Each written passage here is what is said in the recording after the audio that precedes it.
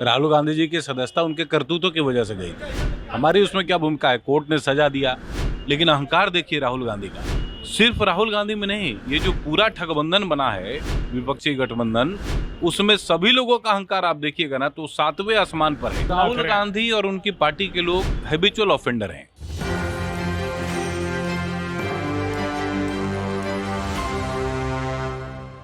Supreme court के फैसले के बाद राहुल गांधी की सदस्यता फिर से वापस आ गई। इसको लेकर इसी मुद्दे पर बातचीत करने के लिए हमारे साथ भाजपा के प्रवक्ता संतोष पाठक हैं।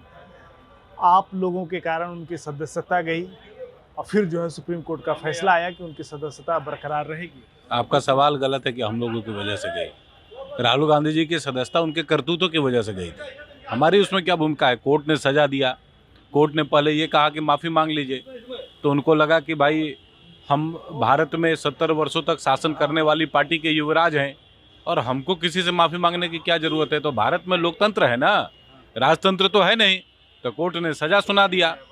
अब कोर्ट को ये लगा कि भाई ठीक है, थोड़ा बहुत रिलैक्सेशन अगर दिया जा सकता है। कोर्ट ने भी सज़ा ख़त्म नहीं की है, सज़ा पर रोक लगाई है। अभी सुप्रीम कोर्ट का सज़ा आना बाकी है। लेकिन कोर्ट ने अपने रूलिंग में एक बात बहुत महत्वपूर्ण कहा है कि राहुल गांधी एक हैबिचुअल ऑफेंडर हैं।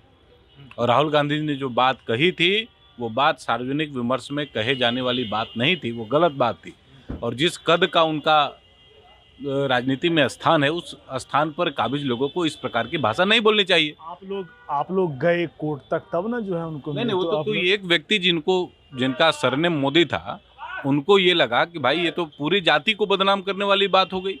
पूरे भारत में करोड़ों लोग होंगे जो लोग मोदी सरनेम रखते होंगे, तो एक नरेंद्र मोदी जी को गाली देने के लिए आप पूरे समाज को गाली देने लगिएगा, तो समाज के अंदर तो आक्रोश पैदा होगा ना। उस आक्रोश का एक प्रकार से रिप्रेजेंटेशन था वो वक्तव्य, जिसमें सूरत की कोर्ट ने और फिर गुजरात के हाई कोर्ट ने उस फैसले को बरकरार रखा। तो सुप्रीम कोर्ट को लगा कि नहीं ठीक है, थोड़ा सा सज़ा कम किया जा सकता है। इस बात को ध्यान में रखते हुए कि जिस अदालत ने राहुल गांधी के लिए ये सज़ा सुनाई थी, उसने भी स्पष्ट तौर पर कहा था कि अगर आप माफ़ी मांगने को तैयार है तो हम आपको विरमित कर देंगे, जाने देंगे। लेकिन अहंकार देखिए राहुल गांधी का। सिर्फ राहुल गांधी में नहीं, ये जो पूरा ठगबंधन बना है, विपक्षी गठबंधन, उसमें सभी लोगों का अहंकार आप देखिएगा ना तो सातवें आसमान पर है। भारत में राजतंत्र को खत्म हुए 70 वर्ष से ज़्यादा हो चुके हैं। कांग्रेस इस बात को स्वीकार नहीं पा रही। क्या लगता है, फैसला सुरक्षित रखा गया है, लेकिन उनको हिदायत दी गई है कि आगे से किसी भी सरनेम के साथ जो है वो अपशब्द का या फिर और भी अन्य भाषा का प्रयोग ना करें। राहुल गांधी और उनकी पार्टी के लोग हैबिचुअल ऑफेंडर हैं।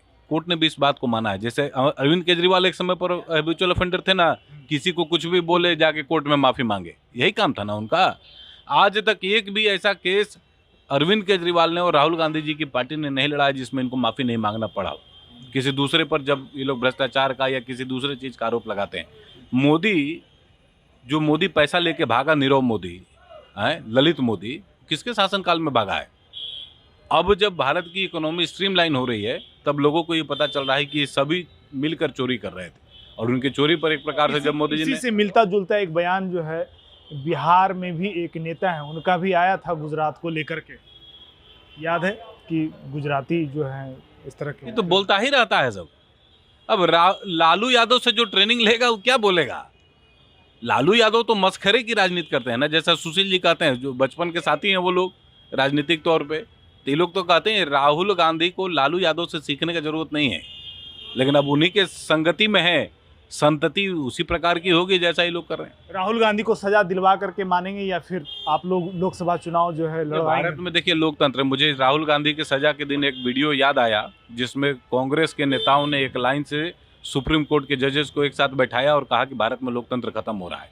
तो कांग्रेस के लोग इस राहुल गांधी की सजा से मुक्ति के बाद क्या ये लोग मानेंगे कि भारत में लोकतंत्र स्थापित है और उसी फॉर्मेट में स्थापित है जिसमें उसकी परिकल्पना की गई थी? तो ये लोग झूठ ना बोले, समाज में भ्रम न फैलाएं, यही हकीकत है। और एक बात स्पष्टता से जान लीजिए, इस प्रकार के लोगों को, जो समाज के कमजोर तबके से आने वाले लोगों को इस प्रकार की गाली देते हैं ना, उनके लिए भारत की राजनीति में कोई स्थान नहीं। आप कह रहे हैं ये बात कि कांग्रेस के लोग जो है खड़े होकर, लेकिन कांग्रेस के जो बिहार कांग्रेस के जो अध्यक्ष हैं उनका साफ तौर पर यह कहना था कि भाजपा को सुप्रीम कोर्ट से जो है करारा झटका कोई लगा है। झटका हमको क्यों झटका लगेगा भाई? हाईकोर्ट में जब हाईकोर्ट ने उनके पक्ष में दिया था तो कहीं भारतीय जनता पार्टी के कार्यालय में कहीं बम पटाखा फटते हुए देखे थे क्या? हमें किस बात की खुशी होगी भाई? सजा उनको मिला, मुक्ति उनको मिली, वो जाने, उनका काम जाने। राहुल गांधी के रहते तो भारतीय जनता पार्टी को लाभ ही हुआ, आ जाएंगे सदन में तो ठीक है, हम लोग उनके आमने सामने की लड़ाई लड़ेंगे। सोचना नीतीश कुमार जी को है कि राहुल गांधी जी को सजा से मुक्ति के बाद नीतीश कुमार के लिए कोई स्थान बचा भी कि नहीं बचा। प्रेस कॉन्फ्रेंस तो पहले छोड़ के भाग चुके हैं। लालू यादव का चरण वंदना कर रहे हैं अभी, अब राहुल गांधी का भी चरण वंदना इनको करना पड़ेगा। तो सोचना नीतीश कुमार को है। भारतीय जनता पार्टी तो हर्षोल्लास में, हम तो नरेंद्र मोदी जी के नेतृत्व में 350 सीट अकेले जीतेंगे, एनडीए 400 सीट जीतने वाला है।